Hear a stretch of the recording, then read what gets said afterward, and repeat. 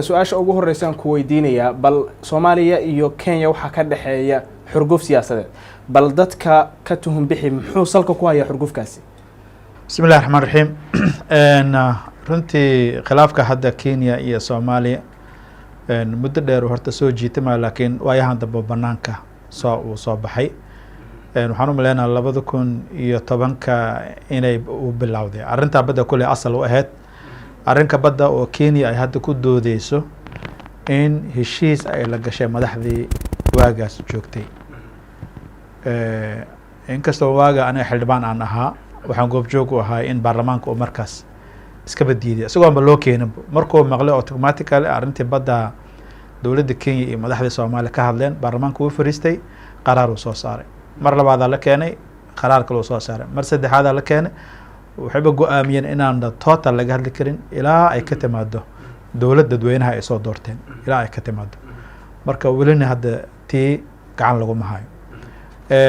waqtigii dowladdii oo madaxweynaha ka ahay Xasan Sheekh Maxamuud ayuu soo xoogeystay xoog kor u soo kacay oo Kenya ay aad u dooneysay wada hadalkii in la sii wado marka maamulkii markaas joogay madaxda markaas joogtay waxay ku qanceen in maxkamadda adduunka lagu kala baxo oo halka kiiska la geeyo sidaas ayaa lagu geeyay Soomaali badan kulli way ka dharagsan yihiin hadda marka hoos loo soo digo Soomaali oo dhan meel kasta joogaan waxay aad uga hamweyn yihiin guusha inay Soomaali raaci doonto hadii Ilaahay insha Allah taala hadii ay raacdan alxamdulillah hadii qeyrkeeni guusha raacdana da wixii Soomaali ay ka qabto bay siyaasiyiintan ka qabaan golayaasha baarlamaankan waxay ka qabi doonaan arinta badda waa arin masiiri ah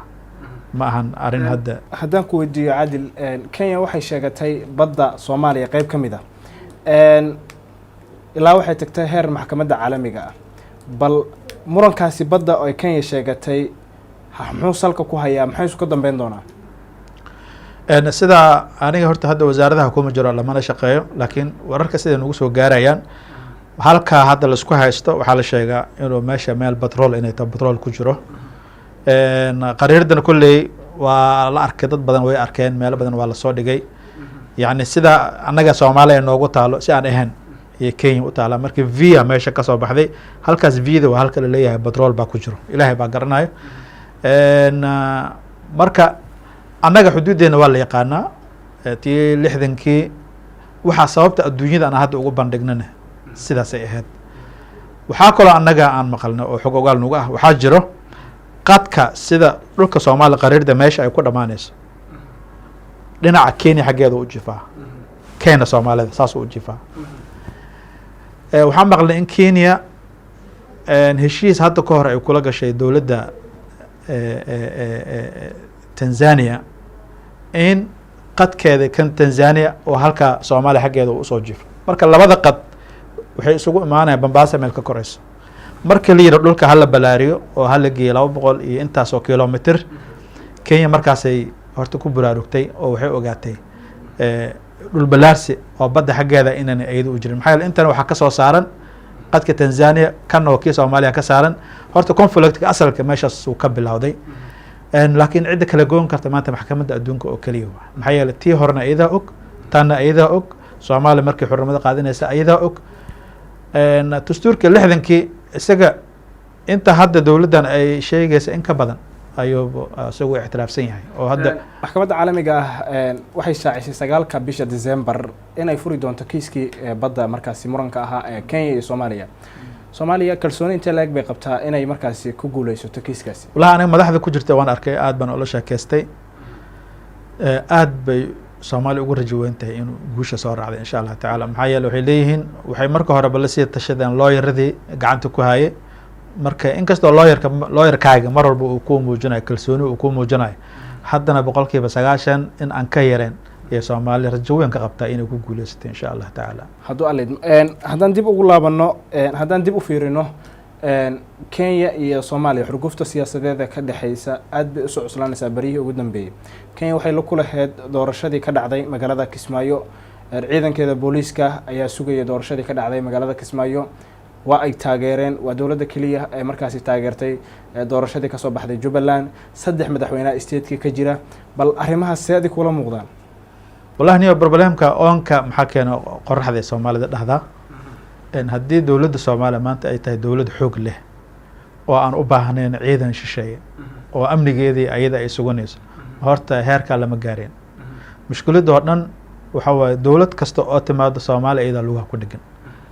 haddii la fasixi lahaa xataa inta dowladihii ku meelgaarka lagu soo jiray iyo inta labadan dowladood hadda oo dowlad caalamka aqoonsan yahay way soomaali taageeri lahayd xitaa sida hadda la joogo way ka fiicnaan lahayd ani waxaan qabaa eedda inaan meel kale la saarno eedda soomaaliya ayada isa saarto maxaa yeelay kenya haddaana soomaali hogaaminin ma ku imaanayso yani problemka o dhan annaga nagu yimid dad soomaali kamid aha keensade daraadna dad soomaali kamid ah dheheen kaale annaga hadde kaalmayo nala joog marka aniga waxaan qabaa intaan meel shishe saari lahayn marka hore soomaalida arrimaha ku lug lahayd in eedda la saaro kenya waxay keentay xuduudka ay soomaaliya la wadaagto waqooyi bari ee kenya ciidamo markaasi military iyo isugu jira boolice waxay sheegtay in ay xuduudka sugay amnigeeda amniga xuduudka ay sugayso horay baarlamaanka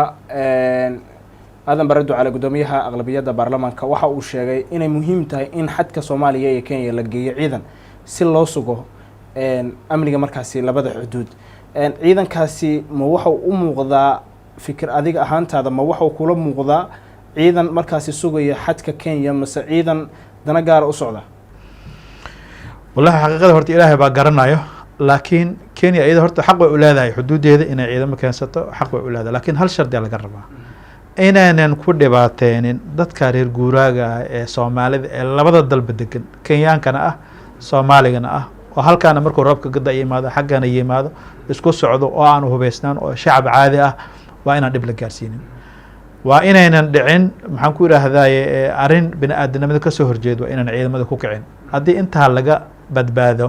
oo ay ciidamada sidoodii awl u joogi jireen u joogaan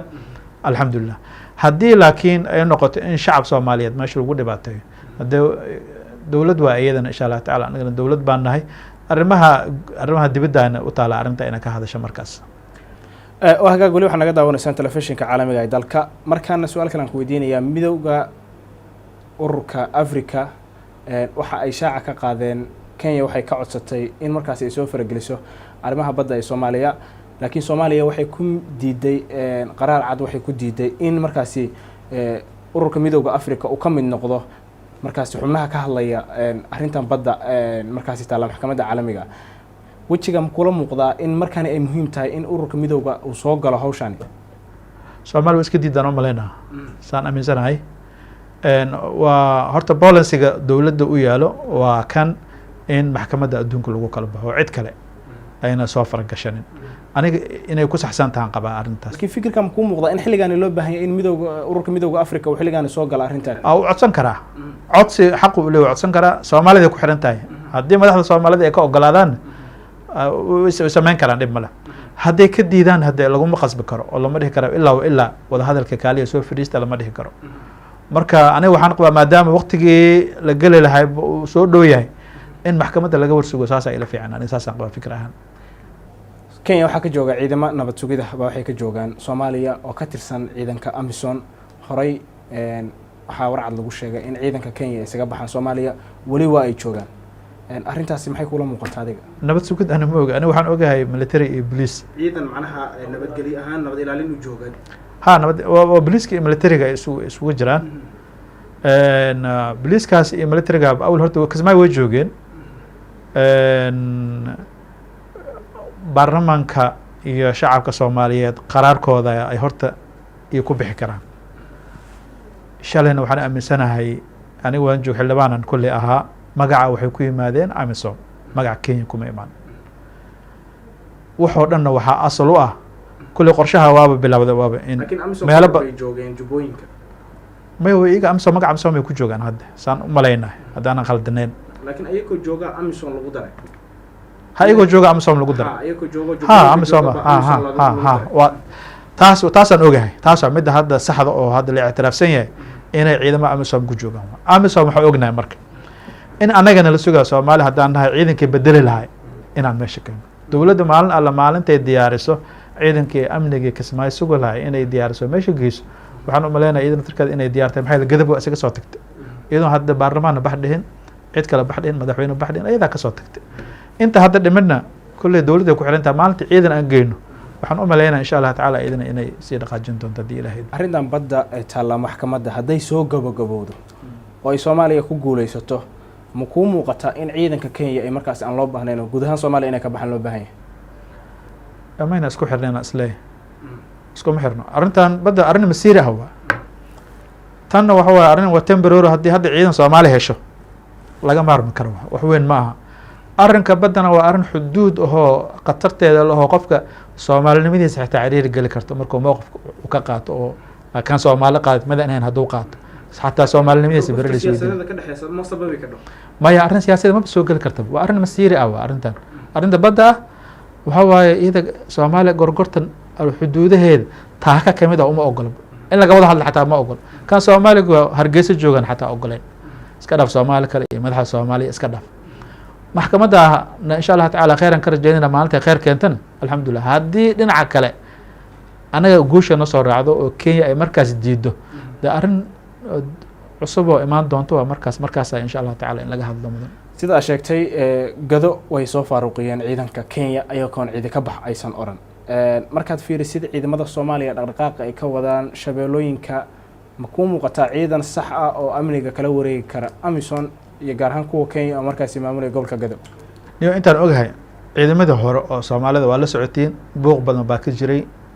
tirakoobkoodii waa tii muranka xoogga la sameeyey waa tii dowladda oo dhan ay gilgilatay hadda waxaa la qorhayaa ciidamo cusub oo loo qorayo si nidaamsan oo sida caalamiga ah oo international oo adduunka oo dhan ay ku dhaqmaan iyo nidaamkii askariga lagu yaqiinay oo in xero la geeyo oo hubkiisa iyo mishaarkiisa iyo wixiisa dhan ay u dhan yihiin waana bilow waxaana loogu talagalay ciidamadaas in la dardargeliyo si ay ula wareegaan ciidamada Amisom oo dalka gudaha joogo si loogu maarmabo waxaana filayaa insha Allah tacaala wasaaradda gaashaandhigga kolley iska leh laakiin in hadda meel fiican oo maanta lagu qanci karo oo dowladda ay ku faani karto inuu hadda marayo insha Allah tacaala bishaadana waxaan ku rajaynaa insha Allah tacaala meelo badan inay ciidamada gaari doonaan haddii ilaahay insha Allah ka hor intaas doorashada Jubbaland aysan dhicin waxaa jirtay Kenya warqad furan oo markaas ay kula hadlaysay beesha caalamka iyo dowladda federaalka ay sheegtay in faragelin lagu hayo doorashada Jubbaland warqadaasi adiga ahaan maxay kula muuqatay in adeero meeshaan sharci oo diblomaasi adduunyada taqaanaa amniga Kenya ku shaqo leedahay wadamada dariska oo dhan dowladda Soomaaliya aad ay ugu xishoonay waana rumaysanahay inay ka xishootana oo ay Soomaaliya isgaabisa maanta oo ku ayidaya way ku fiican tahay maxaa yeelay dowladaha dariska lamid ma aha dowladaha kale lamid ma aha waa ogtahay dowlad baa faragelin sameysay oo naga yara fog wasaaradda arrimaha dibadda isla marka go-aan ay qaadatay Kenyana intaasoo jeera ay barnaamij u ka yimid wax tallaabo ahna dowladda uma aynan qaadin culayska jiro waa dareemi kartaa maxaa yeelay dad ayaa meesha joogo oo ganacsigooda halkaa ku haysto xiriiq qaxootiga weli meesha joogo danaha ka dhexeeya dowladaha dariska iyo Soomaaliya aad bay u fog yihiin sidaa darteed ay dowladda u xeerinaysaa mar walbo xataa haddii lagu soo xadgudbo inay iska yara dulqaadato xoogahooda inta baddan laga xalinayo wax kale doorashada waxay ii soo hartay Jubbaland doorashada Soomaaliya iskale Kenya shaqo kuma lahan asal ahaan Soomaaliya iskale haddii ay soo faragashatana dee waxyaalaha Soomaalida ugu dulqaadatay kamid tahay hadda wasaaradda arrimaha dibaddana kama aynan hadlin laakiin dowladda iyada mowqif ay gaartay wixii meesha ka soo baxabo hala fargeli ama yaa la fargelin maba aqoonsanaya batiri halkaas ay kusoo gogbeysay haddii la fiirsho xiriirka Kenya iyo Soomaaliya hadduu sii xumaado ma laga yaabaa dadka Soomaaliyeed ee aad xustay ganacsiyada kule inuu saameyn ku yeesho aad iyo aad uu ku yeelana maxaa yeelay waaba aan kuu sheegay haddii xataa laba wadan saddex wadan ay noo dhexeen lahayn xataa wax dhan ahaan leed wuxuu darsaa liya horta ma la kala maarmayo kaaga sii darne waa la isdhex galay gobolka North Eastern waad ogtahay waxa jooga waa Soomaali oo hadda hadduu inta yimaado dastuurkeena uu ogolaanay inuu baarlamaanka u tartami karo oo aan loo diidi karin isagoo shalay xagga baarlamaanka ahay inta hadduu yimaadana baarlamaan u tartami karaa wax u diidaay male waa noo Soomaali sida dastuurkeena uu qabo marka dadkaas sidaas ah Soomaali xaq bay ku leeyihiin wadanka ay joogaan waa wadanka Kenya ah markaan dhaana naga safaaradeen ha ka soo baxdo ciidankoodii ha baxaan saan ha yeelaan waxaan iska ilownay dalkii iyo dadkii wixii meesha jiro dhanbo dowladdu ay ignor garaysa marka waxay ku fiican tahay nidaamkan hadda ay dowladda qaadata inuu ku taageersanahay ceebna ma ahan waa nidaam siyaasi ah oo mustawa caali ah oo lagu faani karo waa marka gunti gabagabadii aan soo garnay bal ummadda Soomaaliyeed ugu dambeyn maxaad ugu baaqaysaa waxaan ugu baaqayaa dowladdoodii inay garab istaagaan dowlad la-aan waa lagu talina hadhow haddii dowladda jirtaaba celcelis ay dowladaha qaarkood yihiin waxaan qabaa dadka Soomaaliyeed maanta waxaan u baahannahay maanta waxaa la soo gaaray maalintii dowladda la isgarab istaagi lahay maalintii dowladda la taageeri lahay maalintii xataa haddii ay qaladaad sameysay shacabka Soomaaliyeed oo dhihi lahay qaladka iska saxa laakiin sidiina kale u socdo marka waxaan qabaa nidaam gobol waxba noo mataraaye nidaamka dowladda la isugu yimaado mahadsantiin